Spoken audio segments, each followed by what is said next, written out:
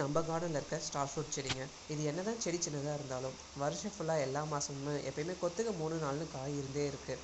இது என்ன தான் புளிப்பு அதிகமாக இருந்தாலும் நம்ம உப்பு மிளகாத்தூளோடு சேர்த்து சாப்பிட்றப்ப இது ஒரு டிஃப்ரெண்டான டேஸ்ட்டாக தான் இருக்குது. இது நீங்களே பாருங்களேன், செடியோட சின்னதாக இருக்குது, ஆனால் ஒவ்வொரு கொத்துலேயும் அங்கங்கே எவ்வளோ காய் வச்சுருக்குன்னு பாருங்களேன். இந்த செடிக்கும் இருக்கிற காய்க்கும் சம்மந்தமே இல்லாத மாதிரி தான் இருக்குது. ஒரு கொத்தில் 3-4ன்னு காய் இருந்தே தான் இருக்குது. ஒரு சில டைம் பழுத்து தானாக கீழே விழுது, இல்லை அதுவே காற்றுக்கு விழுது.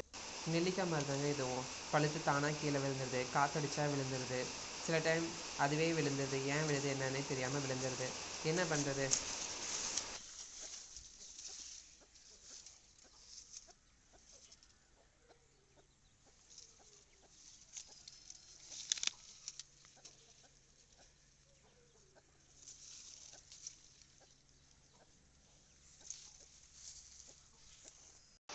இப்போ என் கையில் ஒரு 10 ஸ்டார் ஃப்ரூட் இருக்குங்க. இது இன்ன வரைக்கும் நம்மளோட தேவைக்காக நம்ம அறுவடை செஞ்ச ஸ்டார் ஃப்ரூட்ஸ்.